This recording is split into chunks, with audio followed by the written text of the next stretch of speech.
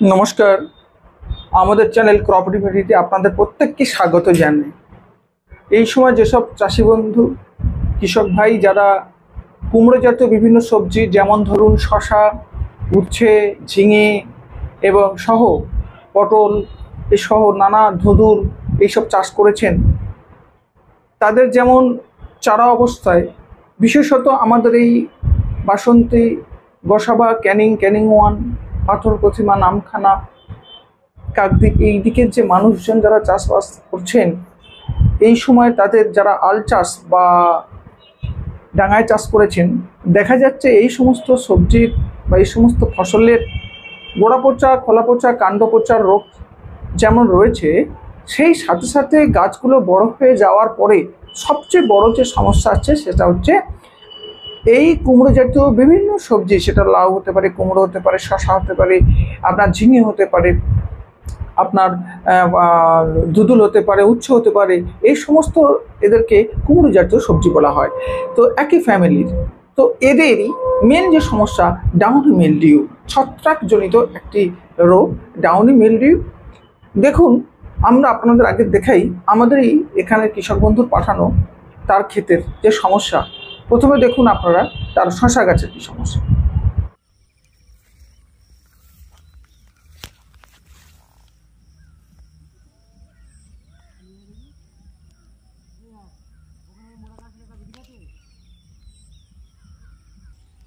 গাছগুলো দেখে দেখে চলে গাছ ফাটা গাছ, ওই যে ফাটা গাছটা করে কাজে নেই যাচ্ছে, ওই গাছের মাথার দিকে দেখলেন। এবারে দেখুন আপনারা তার উচ্ছে ক্ষেতের কি সমস্যা। পুরো পুরো এদিকে দেখা যায়, এইদিকে পুরো দেখি আর বন্ধ করে এইদিকে পুরো লম্বা রেখে দেয়, এইদিকে খুব সুন্দর ওনারা চাষবাস করেছেন। এবারে আপনাদের দেখাই কিছু কৃষক বন্ধু যারা প্রতিনিয়ত আমাদের বিভিন্ন কৃষক বন্ধু অফিসে আসেন, তাদের সমস্যা নিয়ে সেরকম কয়েকজন কৃষক বন্ধু অফিসে এসেছিলেন। দেখুন তাদের গাছের আপনার শসা গাছ, ঝিঙে গাছ এবং উচ্ছে গাছের কি সমস্যা তারা দেখাচ্ছেন, দেখুন।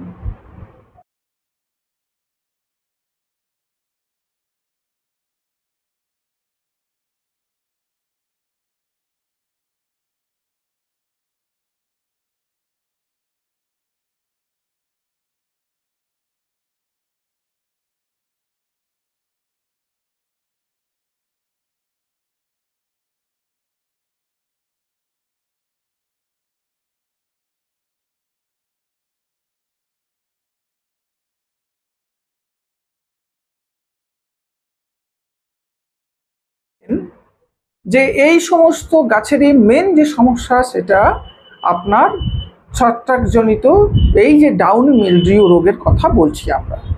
তাহলে এই ডাউনি মিলডিউ রোগের প্রতিকার আপনারা কিভাবে করবেন, আমরা এখানে আপনাদের এই সমস্ত ফসলের যেহেতু রোগ একটা একই কারণে, একই ছত্রাক বলুন আর ছত্রাকের কারণেই যেহেতু এটা হয়ে থাকে, তাহলে এর সমাধান কিন্তু একই রকম। এই তাহলে আপনারা প্রথমে কি করবেন, যখনই দেখবেন ছোট অবস্থায় বা বড় অবস্থায় এই ডাউনি মিলডিউ সমস্যা আসছে, তখন প্রথমত আপনারা নাইট্রোজেন জাতীয় সার দেওয়াটা বন্ধ করবেন। দ্বিতীয় কথা, যারা আল চাষ করেছেন বা ডাঙায় করেছেন, পরিষ্কার পরিচ্ছন্ন চাষবাস করতে হবে, অর্থাৎ কোনো আগাছা রাখা যাবে না।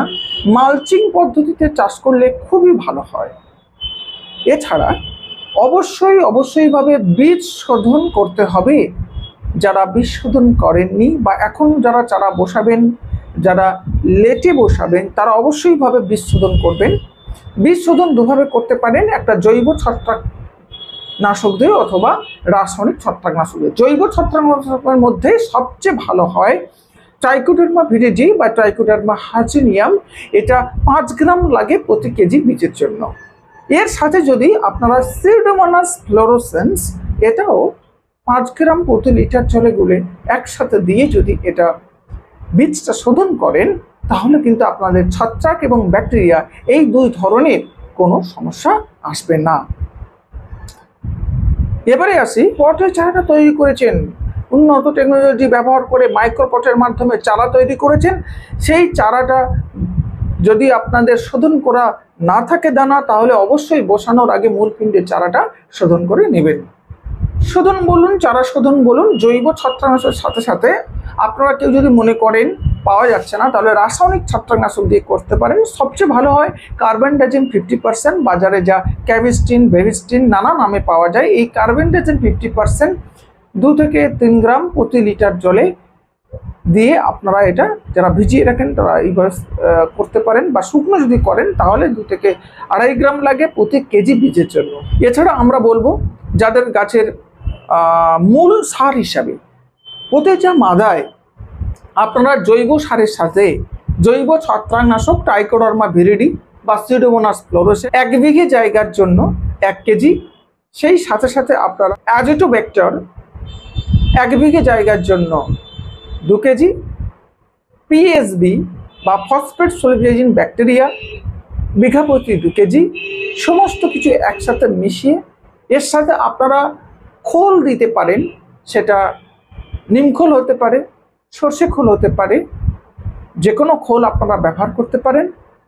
এর সাথে দিয়ে প্রতিটি মাদায় অন্তত মূল সার হিসেবে এই জৈব সারগুলো এই জৈব ছত্রাকনাশকের সাথে মিশিয়ে দিয়ে রাখা। এইটা দেওয়ার 7 দিন পরে এবারে আপনারা রাসায়নিক সার দিতে পারেন।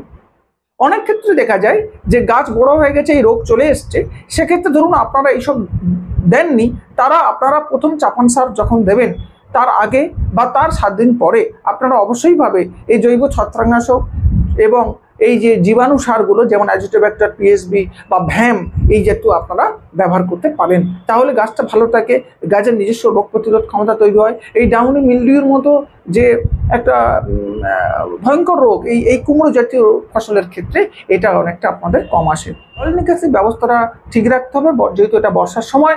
আর আক্রান্ত অংশ যদি প্রথমে অল্প বিস্তর আক্রান্ত হয়, সেই আক্রান্ত অংশ ওখান থেকে তুলে নেওয়া, যাতে ওই আক্রান্ত আপনার হাত নিয়ে অন্য সুস্থ গাছে হাত দেবেন না, ওখান থেকে তুলে নিয়ে ক্ষেতের বাইরে কোথাও পুঁতে দেবেন।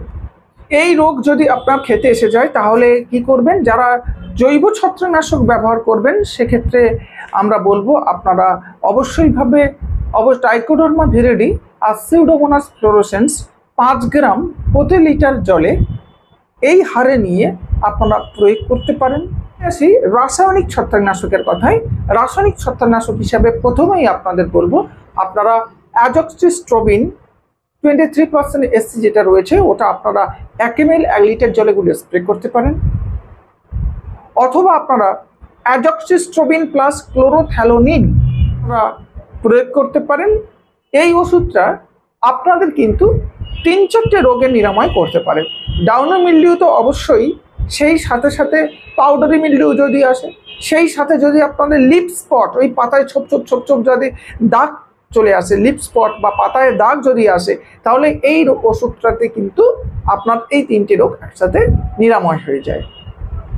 এছাড়া আপনারা অ্যাজোক্সিস্ট্রোবিন প্লাস টেবিকোনাজল, এটা আপনারা 1.5 ml প্রতি লিটার জলে গুলে আপনারা স্প্রে করতে পারেন, অথবা সাইমক্সানিল ম্যাঙ্কোজেব একদম প্রথম স্তরে যদি এই রোগটি লাগে তাহলে প্রাথমিক ছত্রাকনাশক হিসেবে আপনারা সাইমক্সানিল ম্যাঙ্কোজেব এটা ব্যবহার করতে পারেন।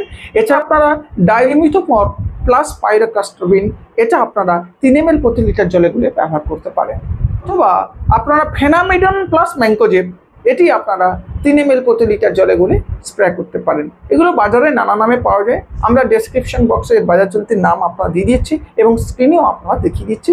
এই যে 4-5টি ফাঙ্গিসাইডের কথা বললাম, যে কোনো 1-2টি ফাঙ্গিসাইড আপনারা প্রতি 15-20 দিন অন্তর ঘুরিয়ে ফিরিয়ে একবার করে স্প্রে করবেন, তাহলে দেখবেন আপনাদের এই সমস্যা থেকে আপনারা রেহাই পাবেন। আর আপনাদের একটা কথাই বলবো, যেখানে চাষ করুন না কেন, যে জায়গায় চাষ করুন না কেন, অবশ্যই একবার মাটি পরীক্ষাটা করিয়ে নেবেন।